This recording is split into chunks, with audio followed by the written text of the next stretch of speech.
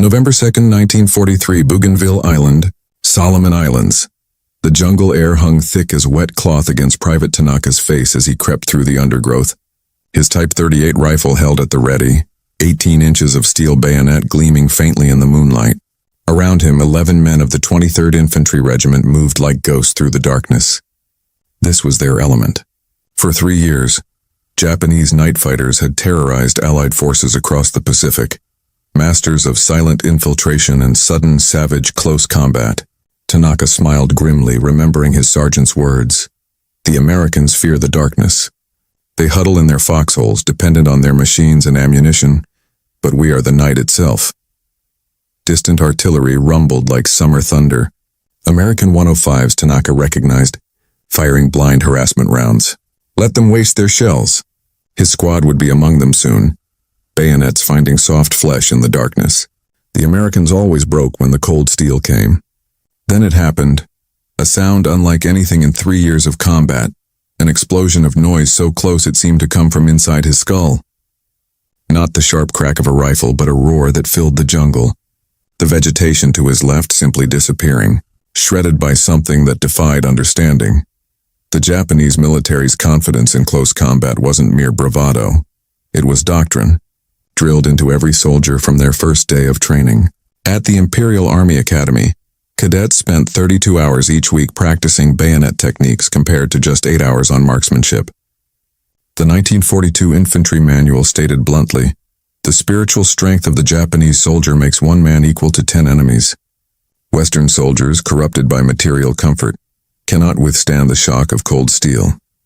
This wasn't propaganda for public consumption. Internal military assessments from 1941 dismissed American forces as spiritually weak, dependent on mechanical warfare, incapable of matching the Japanese warrior in tests of individual courage. Colonel Masanobu Tsuji, architect of Japan's Malayan campaign, wrote in his tactical analysis, "The Americans hide behind their machines. When forced to fight man-to-man, they crumble like wet paper." The evidence seemed overwhelming. In China, Japanese bayonet charges had shattered numerically superior forces. In the Philippines, American and Filipino troops had fled before banzai attacks. At Singapore, 30,000 British troops surrendered to a smaller Japanese force that had simply outfought them at close quarters. Every Japanese soldier memorized the Bushido principle. The way of the warrior is death. They trained to embrace combat at arm's length, where spiritual strength mattered more than industrial production. While Americans counted ammunition, Japanese soldiers counted the hours spent perfecting the thrust, parry, and killing stroke. Lieutenant General Harukichi Hyakutake, commanding Japanese forces in the Solomons, summarized the prevailing wisdom in October 1943. Night belongs to the Japanese soldier. In darkness, when American technology fails, our spiritual superiority becomes absolute. One Japanese soldier with a bayonet is worth a squad of Americans with their machines. The first warnings came from Guadalcanal, though few Japanese commanders recognized them as such. On August 21, 1942, 9 days after the Marine landing, Sergeant Yoshio Takahashi led his squad in a pre-dawn infiltration near the Ilu River, moving through kunai grass toward Marine positions, supremely confident. Then came a sound none of them had heard before, a metallic chunk followed by a roar that seemed to fill the entire jungle. Private Kenji Nakamura, one of 3 survivors, later wrote in his diary, "Sergeant Takahashi simply disappeared. Where he had been standing, there was only red mist and shredded vegetation." The thunderstick spoke again, and Corporal Ito was thrown backward as if kicked by an invisible giant. The Marines of Edson's raiders had brought something new to the Pacific, Winchester Model, 97 pump-action shotguns loaded with double-aught buckshot. Corporal Jim Bradley, manning one of these weapons that night, recalled, "They came at us screaming, bayonets flashing. At 30 yards I started firing. The buckshot spread out like a steel net. Each shell put 9.33 caliber balls downrange. You couldn't miss." Initial Japanese reports struggled to comprehend what they'd encountered. Captain Akira Yamamoto's after-action report from August 23rd described a weapon of multiple projectiles, effective at night combat ranges, wielded without honor by Marines who refuse proper combat. He recommended that this cowardly device be countered by increased spiritual determination and faster movement. But the Marines kept their shotguns talking.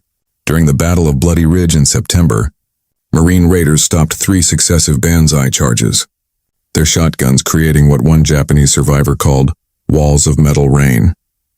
Lieutenant Tadashi Suzuki wrote home, "The Americans have a demon weapon. It speaks with thunder and throws metal rain that cuts down entire squads." Still, Japanese high command dismissed these reports. General Hyakutake's staff concluded the shotgun was a terror weapon used by Americans who lack the courage for proper combat, and they issued orders emphasizing that spiritual strength and speed will overcome any mechanical device. The D.A. lessons of Guadalcanal went unheeded. Japanese military culture couldn't yet accept that their mastery of close combat was being negated by American firepower. That education would come later, written in blood across a dozen more islands. By mid-1943, the evidence was becoming impossible to ignore. On New Georgia, Captain Ichiro Yamamoto's company, 187 veteran soldiers, launched a textbook night infiltration against Marine positions near Munda Airfield on July 17th. They moved in perfect silence, bayonets blackened, confident in 3 years of combat experience. By dawn, 163 were dead or dying. The Marine defenders reported firing over 2,000 shotgun shells in less than 20 minutes. Dr. Hiroshi Tanaka, chief surgeon at the 17th Field Hospital, documented what he called the shotgun syndrome in his medical reports. Traditional battlefield surgery prepared us for single projectile wounds. These American weapons create multiple wound channels, 9, sometimes 12 separate entries. The trauma is catastrophic. Men hit at 30 meters show damage consistent with artillery strikes. The statistics were stark. Japanese casualty analysis from the Central Solomons campaign showed banzai charges against rifle-armed Americans succeeded 34% of the time, with 40–60% casualties. Against shotgun-equipped units, success rate dropped to 0 with casualties exceeding 85%. Colonel Takeo Ito, reviewing these numbers, wrote in his private journal, "Our night attacks have become suicide. The Americans have learned to make the darkness their ally." At Cape Tarokana, Bougainville, the full horror became clear. On November 7, 1943, Major Shigeru Sato's battalion, 850 men trained specifically in night infiltration tactics, attempted to overrun Marine positions held by the 3rd Raider Battalion. The Marines had positioned themselves in interlocking fields of fire, shotguns loaded with buckshot. Sergeant Yukio Mishima survived by playing dead among his shredded squadmates, and his testimony to military investigators was damning. "We could not close the distance. At 40 meters, the thunder began. Men fell in groups, not singly. The jungle itself seemed to explode with metal. I saw Lieutenant Hasegawa take a full blast. His chest opened like a flower. There was no glory, no combat, only execution." The 17th Army's intelligence section compiled a secret report analyzing the Cape Tarokana disaster. 89% of casualties came from shotgun wounds. Average engagement range 25 meters. Average time from first contact to unit destruction 4 minutes. The report's conclusion was revolutionary for Japanese military thinking. Enemy automatic weapons and shotguns have negated our advantages in night combat and spiritual strength. Lieutenant Colonel Susumu Nishida, one of the few senior officers to survive Cape Tarokana, wrote the words that would have been heresy months earlier. "We have been teaching our men to bring swords to a thunderstorm. The Americans fight without Bushido, but they fight to win. We must abandon our cherished tactics or face annihilation." The revelation was spreading through the ranks like wildfire. The thundersticks weren't cowardly. They were devastatingly practical, and practicality, it seemed, trumped warrior spirit every time. The weapon that shattered Japanese close combat doctrine was deceptively simple. The Winchester Model 97, designed in 1897 for hunting waterfowl, became a jungle warfare revolution. Its specifications told the story: 12-gauge bore, 6-round magazine, and most crucially, the ability to slam fire, holding the trigger down while pumping allowed all 6 rounds to fire in under 2 seconds. Marines called it the trench broom, and in the dense Pacific jungles it swept clean. The mathematics of destruction were simple. Each 12-gauge shell contained 9 pellets of 00 buckshot, each pellet 33 inches in diameter, essentially 9 separate bullets. At 10 yards, the pattern spread to 12 inches. At 25 yards, 30 inches. At 40 yards, nearly 4 feet. A charging Japanese soldier at typical jungle engagement range faced not one projectile, but 9, spread across an area impossible to dodge. The Model 12, introduced to Marine units in 1943, refined the concept further. Smoother action, better balance, and tighter manufacturing tolerances meant even faster cycling. Marine Gunnery Sergeant Robert Holmes, who trained raiders in shotgun tactics, explained, "In jungle visibility of 10 to 15 yards, that Arisaka rifle might as well be a club. But my shotgun? It's throwing a baseball-sized pattern of death every half-second." Ammunition selection proved crucial. While buckshot devastated at close range, Marines also carried brass-cased shells loaded with 21 pellets of dimmer 4-shot for ultra-close work, and rifled slugs that could punch through light cover at 75 yards. The versatility meant one weapon system could handle any range the jungle allowed. Production statistics revealed American industrial logic. While Japanese soldiers spent years perfecting bayonet techniques, American factories produced 1.2 million military shotguns between 1941 and 1945. The Marine Corps alone received 61,000 Model 97s and 35,000 Model 12s, and ammunition production exceeded 100 million shells, with priority shipment to Pacific units. The tactical mathematics were irrefutable. A Japanese Type 38 rifle, supremely accurate at 500 yards, fired one 6.5mm bullet every 3 seconds in trained hands. In jungle combat at 15 yards, that precision was worthless. A Marine with a shotgun could put 54 projectiles downrange in the time a Japanese soldier fired 2 aimed shots. At night infiltration ranges, it wasn't a contest, it was mechanical slaughter. Colonel Merritt Edson, whose raiders had proven the shotgun's worth on Guadalcanal, summarized the equation. The Japanese trained for years to be superior at close combat.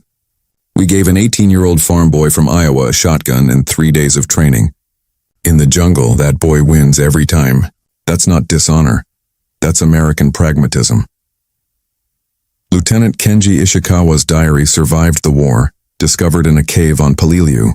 His entries traced a psychological journey shared by thousands. June 1943. The Americans rely on their machines because they lack warrior spirit. When we close to sword range, they will break as they always do. September 1943. Sato's company was destroyed last night. The survivors speak of thunder weapons that kill 5 men with 1 shot. This cannot be true. November 1943. I have seen the thunder guns. They do not kill 5 men, they destroy them. There is no honor in this death, no chance for glory. The thunder guns have broken our spirit. Marine Sergeant Dale Miller from Ohio wrote different letters home as the war progressed. August 1942. Mom, we have these shotguns just like Dad uses for ducks. They work real good in the jungle. By December 1943, his tone had changed. I shot a Jap officer last night. He was younger than Tommy. The buckshot nearly cut him in half. I know they're trying to kill us, but God, what these guns do to a man. Sometimes I wake up seeing their faces. Tell Dad I understand now why he never talked about the trenches. Corporal Hiroshi Yamada survived a shotgun ambush on New Georgia, one of 11 survivors from a company of 150. Interviewed in 1987, he still couldn't speak of it without trembling. I was in the 3rd rank when the thunder started. The men in front of me just came apart. I felt wetness on my face, and it was blood and tissue from my sergeant. I fell and played dead for 6 hours lying under bodies. Even now I cannot hear thunder without returning to that night. The war ended for me there, though I fought 2 more years. My soul died in that jungle. The most profound story emerged from an unlikely reunion. In 1975, former Marine Jim Patterson attended a veterans conference in Hawaii, where he met Takeshi Ogawa, who had led a banzai charge against Patterson's position on Saipan. Through a translator, Ogawa approached Patterson with tears in his eyes. You were the one with the shotgun at Hill 27. When Patterson nodded, Ogawa bowed deeply. You killed my entire squad in seconds. I hated you for 30 years. But now I thank you. Your thunder gun ended our madness quickly. My friends died instantly, no suffering. You saved us from our own foolishness. Patterson's daughter, interviewed in 2010, remembered her father's response. Dad just stood there crying. These two old men who'd tried to kill each other, hugging and sobbing. Dad never talked about the war, but that night he told me everything. He said the shotgun was both the best and worst thing that happened to him. It kept him alive but gave him nightmares for life. He and Mr. Agawa wrote letters until Dad died. Two men bonded by understanding that war makes everyone a victim. These personal accounts revealed the deeper truth beyond tactics and technology. The shotgun's psychological impact lasted lifetimes, transforming warriors into haunted men, creating bonds between enemies who understood what others couldn't. That efficiency in killing carried its own terrible burden. The transformation became official on Peleliu. In September 1944, the 1st Marine Division expected the familiar pattern: fierce initial resistance followed by suicidal banzai charges that, while deadly, ultimately hastened Japanese defeat. Instead, they found something unprecedented: Japanese forces that refused to leave their positions, refused to charge, refused to die gloriously. Colonel Kunio Nakagawa, commanding Peleliu's defenders, had received new orders from General Sadai Inoue that would have been unthinkable a year earlier. Spiritual strength alone cannot overcome American firepower. Each soldier will fight from prepared positions. There will be no banzai charges. Make the Americans come to you. The specific tactical manual revision, intercepted by American intelligence, stated bluntly, night attacks against enemies equipped with automatic weapons and shotguns result only in useless death. The psychological shift was even more dramatic than the tactical one. Captain Toshio Yamaguchi's recovered notes described what he called the shotgun sickness spreading through his men. Private Sato refuses night patrol duty. When pressed, he begins shaking and speaking of the thunder guns. This cowardice spreads like disease. Yesterday, an entire squad claimed illness rather than conduct infiltration training. They are not sick in body, but in spirit. American intelligence officer Major Frank Stevens noted the change in intercepted communications. 6 months ago, Japanese radio traffic was all about honor and spiritual superiority. Now we're intercepting desperate requests for counter-shotgun, tactics and methods to engage Americans beyond thundergun range. They're asking Tokyo for weapons that don't exist. The Marines on Peleliu faced a horrifying new reality. Without banzai charges to break them, Japanese forces held positions until blasted out by flamethrowers and demolitions. The battle that should have taken days stretched to months. Ironically, by abandoning their close combat doctrine, the Japanese had found a deadlier approach. Lieutenant Colonel Louis Chesty Puller observed, "We trained these boys to repel banzai charges with shotguns and automatic weapons. Now the Japs won't come out to be killed. They've learned our lessons too well." Marine casualties on Peleliu exceeded those on any previous Pacific battle, precisely because the Japanese no longer offered themselves to American firepower. The abandoned banzai doctrine represented more than tactical evolution. It was the death of Japan's warrior mythology. A captured Japanese training document from October 1944 summarized the transformation. The age of the sword has ended. Survival, not glory, is victory. Avoid American shotguns at all costs.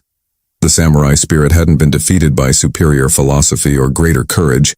It had been demolished by buckshot and pragmatism, forcing a warrior culture to confront the reality that their cherished beliefs were literally killing them.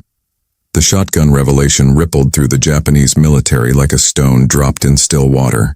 By December 1944, the Imperial Army's training manual had undergone its most radical revision in history. Where once it devoted 40 pages to the spirit of the bayonet, the new edition contained a single paragraph ending with, "Close combat against American forces equipped with automatic weapons should be avoided, except under the most favorable circumstances." The transformation was documented in reports from across the Pacific. On bypassed Rabaul, Lieutenant General Hitoshi Imamura wrote to Tokyo, "My men have lost faith in our fundamental tactics. They speak of American thunder weapons with the fear once reserved for evil spirits. The Americans fight without honor but with terrible efficiency. We trained our men to die gloriously. The Americans trained theirs to kill efficiently. We were fools." The psychological impact proved devastating. Major Yoshio Nishina, commanding a garrison in the Marshalls, reported desertion rates climbing 400%. Men disappear into the jungle rather than face night combat. They say death by starvation is preferable to the thunder guns. This is not the Imperial Army I knew. These are broken men, afraid of the dark we once owned. Home Island defense planning reflected the new reality. The original Operation Ketsugo called for massive coastal banzai charges to drive invaders into the sea, but revised plans from January 1945 abandoned this entirely. General Kurichika Anami's planning staff wrote, "Coastal defenders will withdraw inland immediately. No close combat engagements. Artillery and mortars will engage American forces at maximum range." The samurai sword had been replaced by the desperate hope of making invasion too costly through distance and attrition. Training camps in Japan struggled to adapt. Sergeant Instructor Masao Watanabe recorded, "How do I train men for combat I no longer believe in?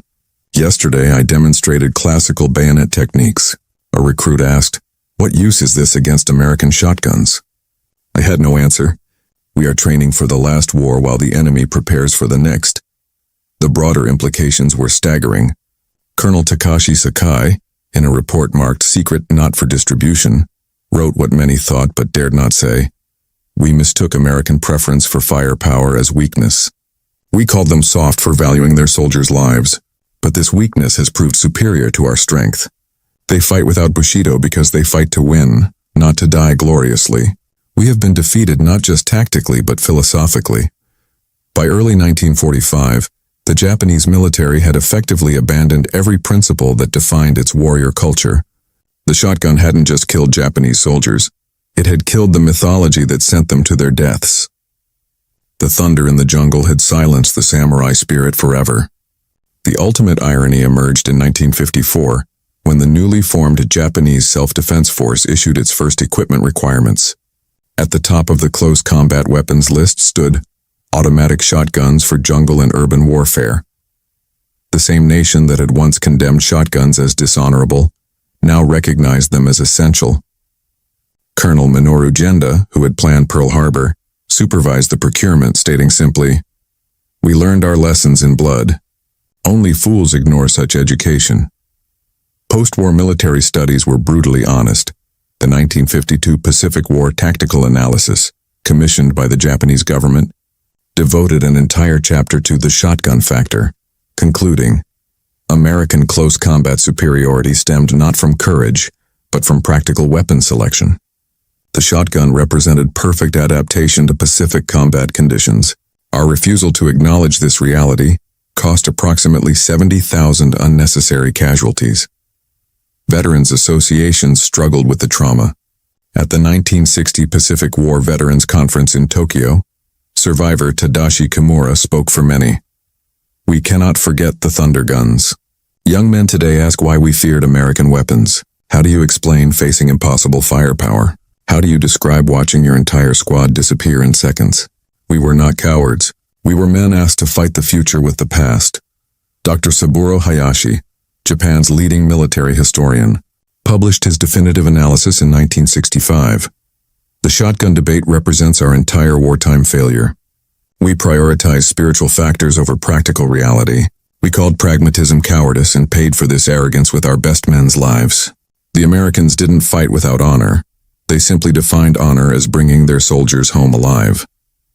The transformation reached its apex in 1967, when Miroku Corporation, working with JSDF specifications, developed the Model 2800 combat shotgun, a weapon designed to exceed American models in rate of fire and ammunition capacity. The marketing materials read like redemption: superior close combat firepower for modern warfare. Former Lieutenant General Toshio Tamagami, interviewed in 1995, provided the final verdict. "My generation died believing in sword against shotgun. We called Americans weak for choosing firepower over spirit, but they went home to their families while we became cherry blossoms falling uselessly. If admitting this truth dishonors our dead, then perhaps honor itself needs redefinition." By the 1970s, Japanese military doctrine had completely reversed. Training manuals emphasized firepower, technology, and force preservation. The warrior spirit remained, but tempered by pragmatism, and the nation that had mocked American cowardice now trained its forces with the simple principle: victory through superior firepower. The thunder guns had won more than battles, and they had, transformed an entire military culture's understanding of modern warfare. The Japanese encounter with American shotguns stands as history's starkest lesson in the fatal cost of cultural arrogance. What began as contempt for cowardly weapons became a complete philosophical reversal, written in the blood of young men who died for outdated ideals. The shotgun served as a brutal metaphor for the broader American approach to warfare, pragmatic, industrial, and utterly without romance. Today's military theorists study the Pacific shotgun encounters as a masterclass in asymmetric adaptation. In Iraq and Afghanistan, American forces again turned to shotguns for urban combat, proving that some lessons transcend generations. The Benelli M4, standard issue for breaching operations, carries forward the legacy of those Winchester Model 97s that shattered Japanese doctrine, reminding strategists that close-quarters combat still belongs to whoever brings the most efficient killing tool, not the most honored tradition. The psychological dimension remains equally relevant. Modern militaries understand that breaking an enemy's cultural assumptions can be more devastating than breaking their bodies. And when core beliefs prove fatally wrong, entire armies can collapse from within. The Japanese soldiers who developed shotgun phobia weren't cowards. They were rational men recognizing that their training had prepared them for suicide, not victory. But the deepest lesson lies in the human cost of institutional rigidity. How many young Japanese men died because their leaders couldn't admit that spiritual strength meant nothing against buckshot? How many families lost sons to the gap between mythology and reality? Every military culture faces this choice. Evolve or watch your children die for yesterday's doctrine. The Thunder guns fell silent in 1945, but their echo remains. In war, there is no honor in sending men to die with obsolete tactics. The greatest courage lies in adaptation. The deepest wisdom in protecting your people with every advantage available. And those who call pragmatism cowardice have never heard the sound of buckshot in the jungle, never held a dying boy who believed his spirit could stop steel.